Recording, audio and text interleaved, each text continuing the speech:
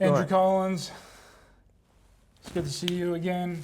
Had an And you, amazing sir? chat last year, and I've been trying to get you on my show for a minute, but you're a busy man. You're doing all kinds of stuff, writing books, Yeah. doing all kinds of filming, Yeah. and all that. What's your latest adventure? What are you getting into now? Well, it's basically Gobleki Tepe and its sister site, Korrihan Tepe. You know, these are the biggest archaeological discoveries of the last 30 odd years, and they're changing everything to do with what we understand about the past and about the development of civilization immediately after the last ice age. But more than that, it's telling us that these people that were living as much as 11 to 11,500 years ago were incredibly sophisticated, not just in technology and innovation, but also in cosmology. You know, in other words, their understanding of the universe and their understanding of the evolution of the universe, you know, so-called cosmogony, and that they reflected this in the different carved statues, the relief on stones, and it shows that, you know, they had not just an understanding of the stars, you know, and represented them in a way which you find in much later cultures like the Sumerians, the Babylonians, also the Egyptians, but they looked like they had an understanding of a creation myth where they believed in some kind of primordial state existing in the universe prior to the creation of a material universe. And it's something which indigenous cultures today in Turkey, which is where both Göbekli Tepe and Korrihan are, you refer to as the cosmic ocean. You know, but it's primordial, it's chaotic, but not in a sort of disharmonious way, but it's like unformed. And, you know, it's out of this that emerges the physicality, the order of the universe as a whole.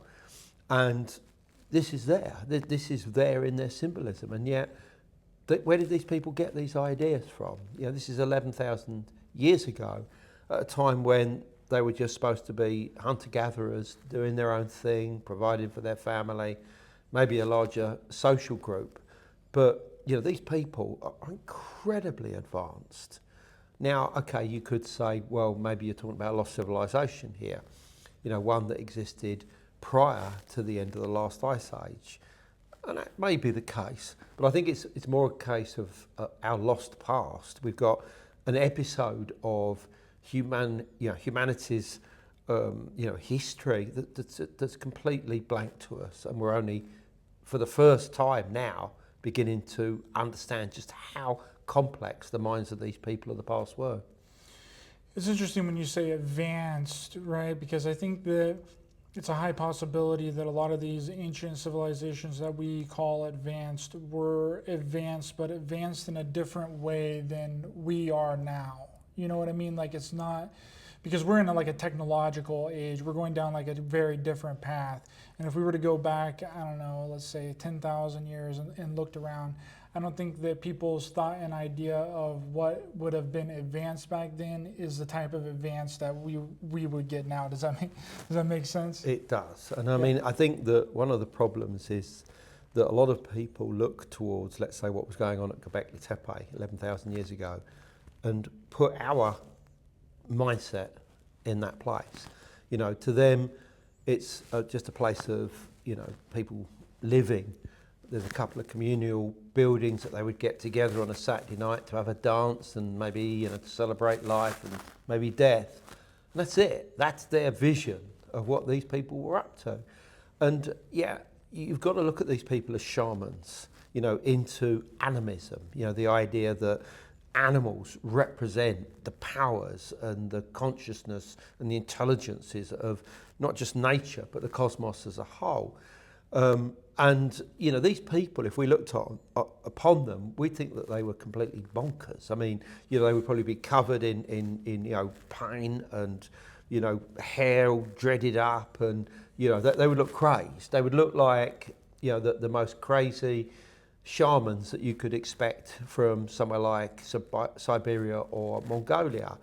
But they were together. They had it that together, and they had a connection, a deep connection with the cosmos, which we, for the most part, have lost. I mean, all right, I think we're understanding it from the perspective of science, but they had this deep connection. And this is something that doesn't just come overnight. This must have taken them thousands, if not tens of thousands of years to reach this state of mind. So you're right that, you know, they're advanced, but they're advanced in the mind. And I see it as almost like a shamanic civilization of the mind, basically. Yeah. I don't see them as having created huge, great cities like Atlantis, you know, and this, I think, is used by a lot of people as a, you know, almost like a scapegoat to try and explain lost civilizations. Oh, well, you know, they probably came from Atlantis, but we haven't even found Atlantis, so how is that possible? I've written a book on Atlantis. I explained how the whole story came about, and I give the best candidates for where it was, and I think it was in the Bahamas and the Caribbean. But there's still no huge evidence of lost cities and things like that there. I think that the stories were based on that area of the world, but it's not enough. It's not enough to use that as a get-out clause for lost civilizations, in my opinion. You don't need Atlantis, in my opinion. You know, it's a misnomer, it's a sacred cow that in many ways I think we have to discard. I agree, absolutely, and that's why I like your work a lot. You're really down to earth, and you give different perspectives on that are contrary to what a lot of people think.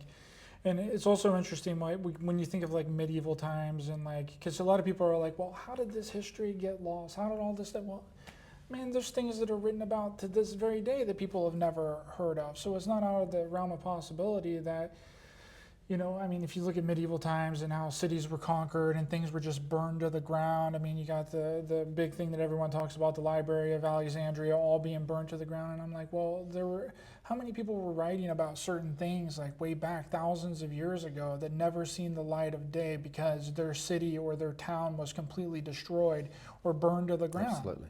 I mean, and then people are like, oh, well, you know, why hasn't this technology resurfaced, this highly advanced technology? Well, I'm like, well, if you kill all the people that know how to do the technology, let's say right now that a nuclear bomb just drops right now, you know, how long would it take to rebuild back to where we are now? It would take a really long time.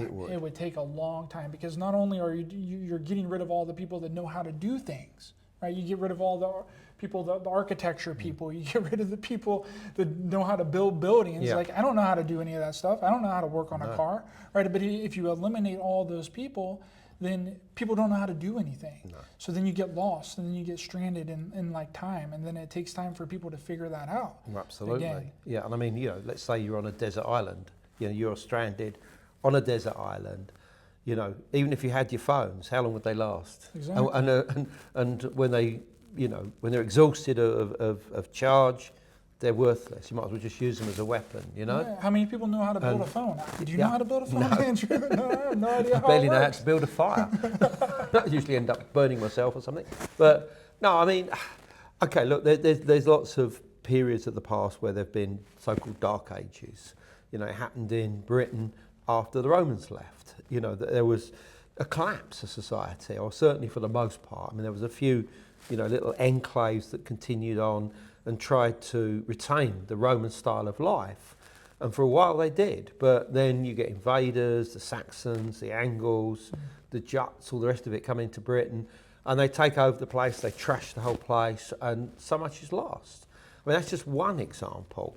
I mean, you think what happened with the Mongol Empire, you know, careering right the way across, you know, Asia into Europe, as far as places like Spain, you know, just trashing everything, killing everybody along the way. Exactly. I mean, how much was lost during that? I mean, lot. okay, I'm not putting the whole Mongol thing down because they had quite a good, you know, system of living. But, you know, how much was lost of cultures, and how much is lost through religion? How much was lost, for instance, when the Maya, you know, had to give all their books to the Catholic priests that were then put on a fire? You know, just what type of knowledge was lost at that time? Again, these are just a few minor examples. But having said that, you also can't use this as an excuse to say why we haven't got evidence of a lost civilization. Right. Because unfortunately, you know, my colleague Graham Hancock recently was on Joe Rogan, and there was there was an archaeologist named Flint Dibble. I actually really enjoyed it. I thought that it was a good show. I didn't necessarily enjoy it, but I just felt I had to watch it. Yeah. And the reason why I watched it, I know what Graham has to say. I could virtually write his books for him sometimes, but I wanted to know what Flint Dibble would come up and say. You know, how would he knock down Graham Hancock's views? Which, by the way, I agree with for the most part. Not all, but for the most part. And there were certain things that he said to try and knock down the idea of a lost civilization. He said, for instance, that, you know, if there was a global seafaring nation that, let's say, mapped the world in, you know, at the time of the last ice age, where are their boats? You know, the seas, the mud preserves boats, so why haven't we found them? Therefore, they can't exist. And yet, you know, recently it was revealed that the people on Cyprus go back at least 13 to 14,000 years. And there were huge settlements building up there of thousands of people, which would have necessitated maritime journeys from, you know, the mainland of Turkey to Cyprus to bring all these people over to create all these settlements. Thousands of people. They must have had sea-going vessels. We haven't found those. So you can't use that as an excuse to say that a global seafaring culture didn't exist if we haven't found the boats of these guys who came over from the Turkish mainland to Cyprus 13, 14,000 years ago. We haven't. I mean, the oldest boats that we've got probably date to the Mesolithic age, so they're probably about 6,000, 7,000 years old. That's it.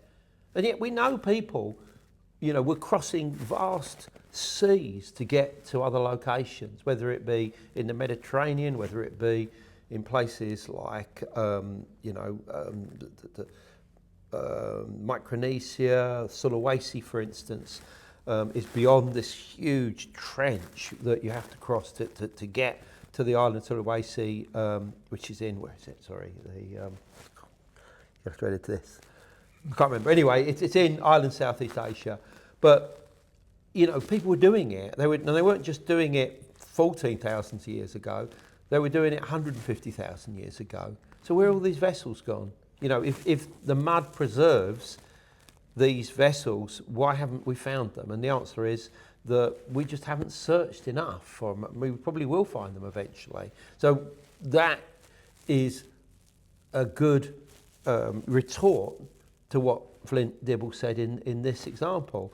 And where Graham Hancock is saying, like, well, you know, we're just not searching enough or not in the right place, or it's true. It's absolutely true. Yeah, that's what I liked about what Graham Hancock was saying, because Flint was like, yeah, we've explored this area. And then Graham's like, well, how much of that area have you explored? Have you explored all of it? Have you excavated all of it? And he's like, no, we haven't. Maybe like 5% of it, exactly. You know? And I was like, yeah. Well, that makes sense. But they're trying to put a definite answer on something that has only been explored a little bit. They don't find any evidence where they think that they should be finding evidence, so therefore it doesn't exist. But then it's like, well, what if, like, people just stopped existing in this reality? Let's just say we all just, like, disappeared off of the planet that we're on, or this realm, or whatever you want to call it that we're on, right? In the simulation, or whatever people want to call it. How long would it take for everything that we've built to just completely erode and just completely collapse? I don't think that it would take that long. It probably wouldn't. And there is a theory known as the silurian hypothesis, and it's just putting forward ideas that if there had been some kind of advanced intelligence, you know, beings, whatever they were like us, whether they were, you know, another species, existed on Earth in the distant past, we're talking possibly millions of years, what evidence would we look for?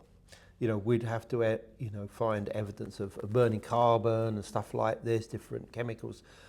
And because there wouldn't be anything else. So all you could look for is patterns in the chemicals of the rocks. That's all that would be left. And this is a great idea. I like the idea that scientists are discussing something like this, because what they're saying, as you rightly just pointed out there, is that it would take very little time for all of it to disappear. I mean, I suppose things like, radiation, through, let's say, nuclear explosions, that's going to take many, many thousands of years. But how long does, let's say, concrete exist? Or how long would granite, let's say a cut and dressed block, corner of a building or something, how long would that last? I mean, clearly many thousands of years, but would it last millions of years? No, it wouldn't. Brad, welcome back to the show. It's good to Hey. see you, my friend. Great to be back, Ryder. Thanks for having me on. Yeah, I just listened to your presentation yesterday on giants. Really fascinating. What I found most interesting about it was these big megalithic, what look like sarcophagi, and that might be the proper word for it, but that are found like everywhere. And I was like, what? And that's kind of been a big mystery of like, what are these things used for? What are they doing?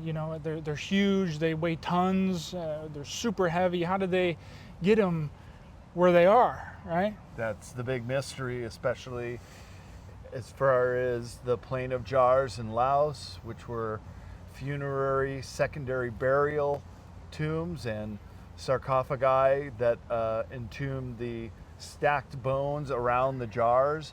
And then you have in Saqqara, down in the below underground chambers, these apis bull, they say, were put in those, but really more of sarcophagi or the burial of the pharaohs and their wives, and these giant, huge outer burial structures and sarcophagus.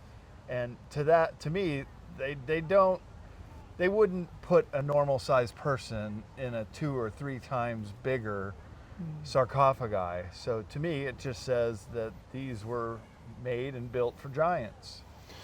Well, there's been a lot of theory and speculation on what they were used for. I think some people think they were used for like an early deprivation type of regenerative old school technology or something along those lines.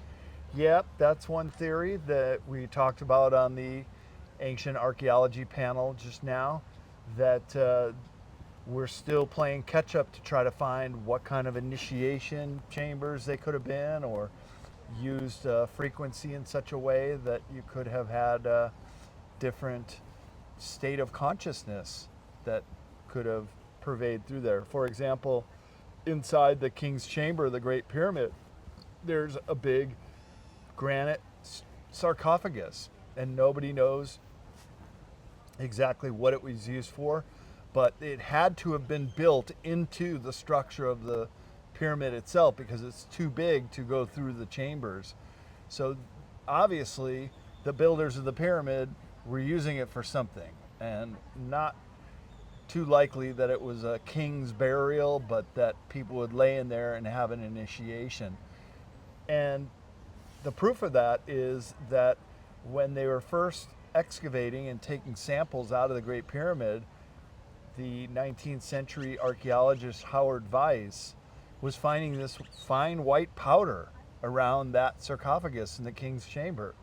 He had the presence of mind of collecting it and storing it, and they kept it in the British Museum for some years until somebody had the presence of mind to do a test, and they found out it had traces of monatomic gold that came through the pores. So during an initiation ceremony, through the sweat, you had this monatomic gold that came out.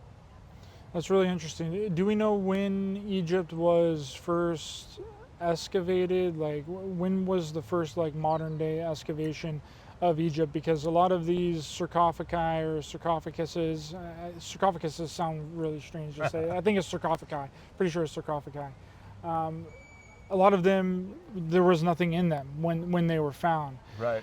But at the same time, that doesn't mean that somebody else previous to any early excavation didn't find something in them, because there was grave robbers, there was all kinds of people that were around at that time that would go through and scavenge, Sure. and you know, try and find artifacts and find things. And I'm just curious of when that was first excavated in like modern times. You say modern times, yeah, of course, there have been many centuries of tomb raiders, and they broke into the Great Pyramid by blasting through some of the blocks to get into the Grand Gallery and then into the inner chambers. But in modern time, since they've been able to get in there, 18th and 19th century, so anytime you had a colonial master such as the British, they took a whole bunch of stuff back to Britain. Napoleon spent a night in the Great Pyramid and came out white-faced and wouldn't talk about his experience, but they took back a whole bunch of artifacts, including the Rosetta Stone, which helped Champion interpret and decipher the hieroglyphs of ancient Egypt. So there have just been successive generations of archaeologists, but before then it was really just fortune hunters, and the Arabs, when they took over the area in the Middle Ages, they had a go at it, and probably all the way back to the ancient Greeks were taking back artifacts, because it's a very old civilization in ancient Egypt, not centuries, but actually millennia, thousands of years of culture has been deposited in the tombs and the architecture of ancient Egypt. And then old school archaeology used to kind of just be a private collection. It was like a whole thing of like a bunch of private collectors of people. That's how it was kind of like traded like back then. So who knows what those private collectors still have, and this went through all those generations of people, and then now people don't really know where it came from because the story's kind of been lost. Yeah, and that's very unfortunate, because when somebody just goes there to collect and they didn't do the proper documentation about those artifacts, and then all the years later they're rediscovered, there's just no history or record of where they came from. So many of them are just trophies or prize items that you might find on someone's mantelpiece, but really they're 1,000-year-old artifacts. Yeah, it's wild. What is the official explanation from Egyptologists? Because I know that you've been to Egypt, right? You've been inside of the Great Pyramid. What is the official explanation that they use to explain away these sarcophagi? Well, they say, for an example, the king's chamber sarcophagus was a tomb. I laid in it. It's made for a person under 6 feet, so my knees got bent. You and I are tall, raised by giants. That's right. So yeah, you We're the wouldn't real quite fit in giants, it either, right? Ryder. You'd have to bend your knees. But there is a resonance when you're in there, a frequency that certainly emanates, and you could see how it would have been used for initiation chambers. Then many of the other ones, such as underneath the Serapeum, it's called, underneath the step pyramid at Saqqara. Well, those are big granite boxes too, where they say the Apis bulls were buried or worshipped, but they've never found any remains of bulls. But they all have casings on top, and there's over a dozen of them. So maybe people were doing group ceremony or doing group meditations, and perhaps amplifying their mental thought, their psi abilities, and being accentuated by being directly underneath the step pyramid at Saqqara.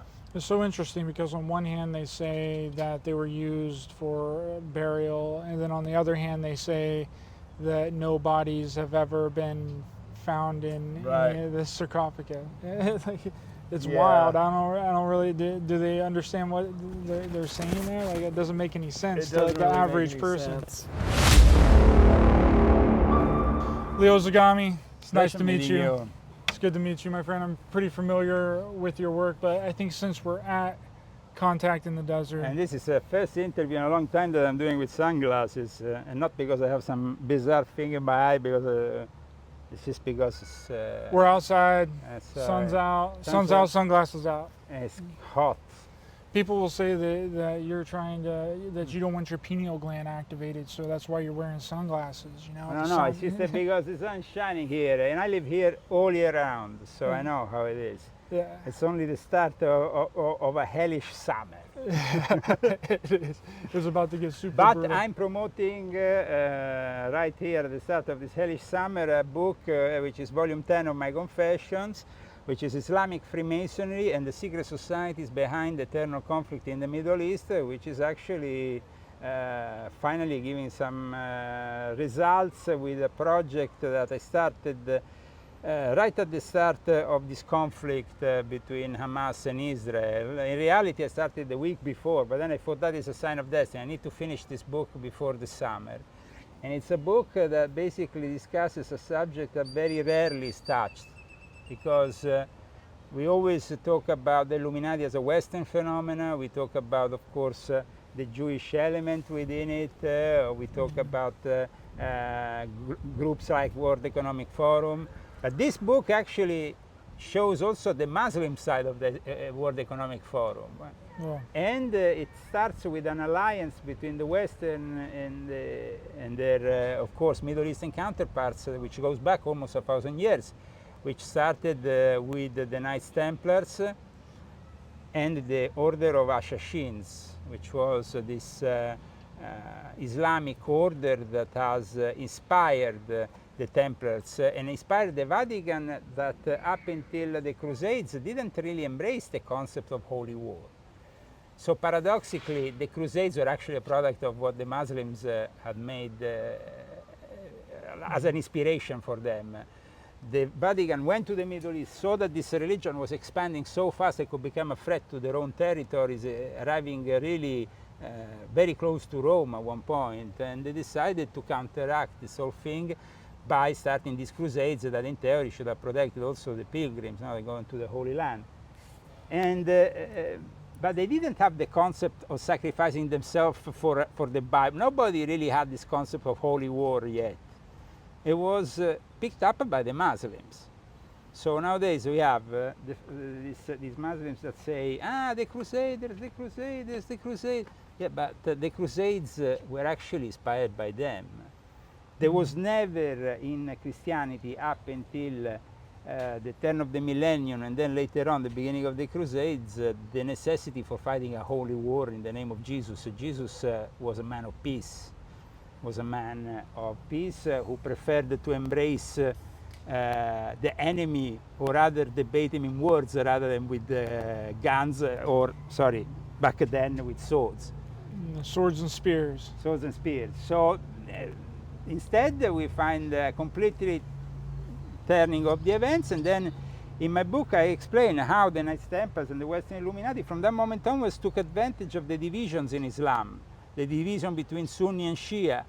The Assassins were Shia Nizari against the Sunni Seljuk Turks and Saladin that were advancing. The Templars found that the ideal sicaries, the ideal killers they could employ to kill leaders of the opposite faction without being blamed, because you are supposed to be some kind of holy warrior if you work for the Pope. So they didn't want to be involved in assassination squads. Plausible deniability. Yeah, so they just blamed. So they just have these Muslims to blame, which were basically a faction of Islam that hated the Sunni anyway. But the initiations were also part of this whole thing. The initiations of the Assassins were also very important because they came from a lodge which initiated in Cairo from the time of the Fatimid dynasty. And so my book really goes back even further than that to the very beginning of Islam, to explain how Islam was born.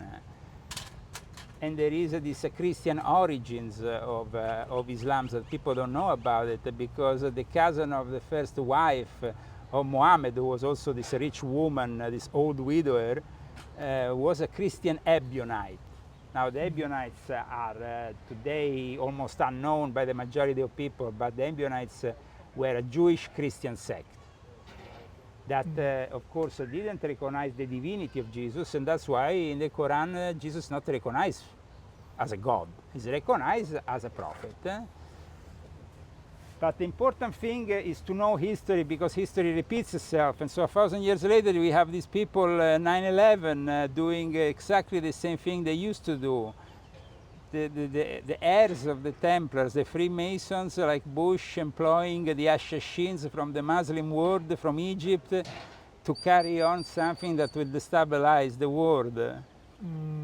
So this is really about the inside-out job on 9/11, which is also part of the mega ritual of 9/11, which I describe in my book, talking about the pet goat ritual and Bush being there with these kids, reading this very particular book that in a way was read when he already knew they were bombing left, right, and center, everything, but he kept his calm because he was, of course, part of the directors of this film that was unfolding on America, this film that changed forever the history of the United States. No? Right. And nowadays we are in the year 2024 with a Middle East that is highly volatile, with the situation which is increasingly showing us that these fractures that were established maybe 1,000 years ago, even earlier with the Shia Muslims, are still ongoing. But at the same time, we also understand that a united Muslim world is coming together, even with groups that before that were divided. Why? Because the West doesn't have anymore the interest to divide them. The Templars in the West don't have the interest to divide them.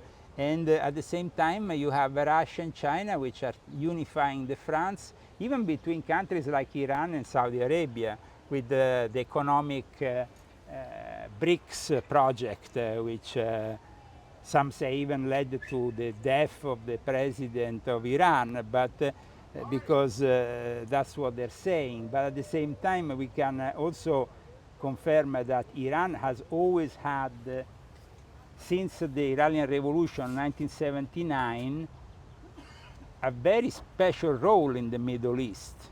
They are the biggest Shia country.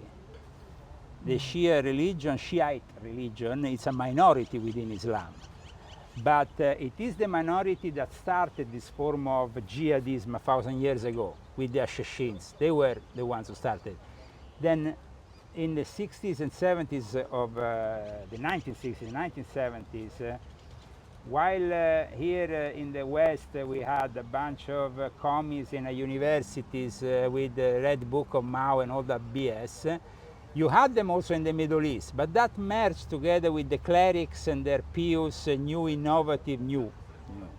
innovative version of Islam, which is going back into the Middle Ages, basically. There's nothing new or innovative about it. It's just bringing back the clock.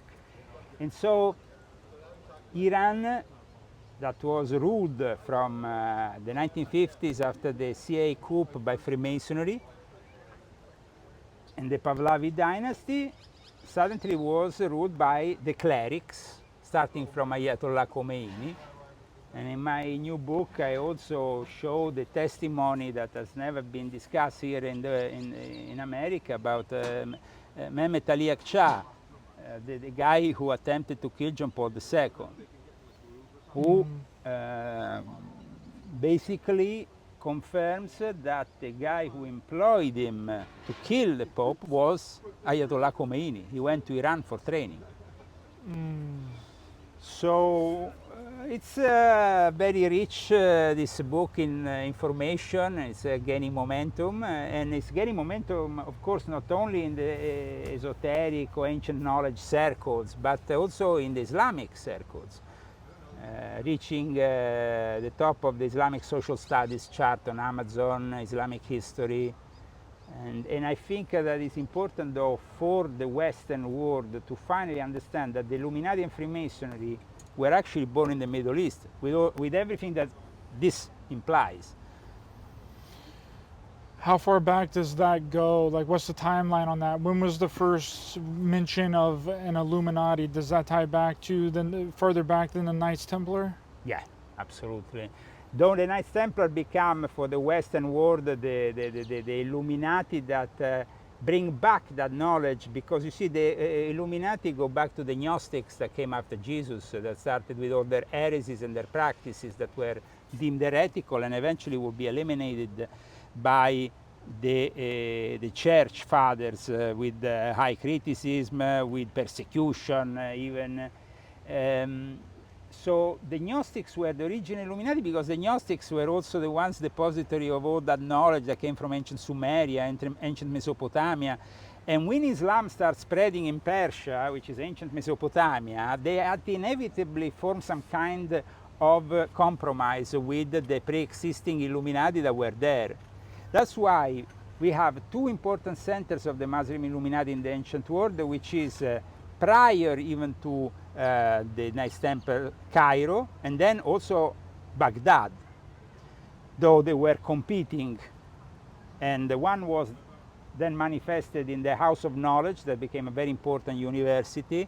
And then in Baghdad there was the House of Wisdom, which basically brought us back everything that we had lost during the Dark Ages in Europe, bringing back all the philosophic culture from ancient Greece, the Hermetica, everything that will eventually manifest in the Renaissance. The Renaissance is a product of Illuminati. That's why ultimately the Renaissance will manifest the Rosicrucians as the ultimate, you know. So the Illuminati go back to ancient Egypt, ancient Mesopotamia, go back to Alexandria, to Memphis when it comes down to Egypt, go back to the city of Haran, which was founded by the merchants of Ur, which is now in present-day Turkey, the ruins of it. But Haran was basically the city of this group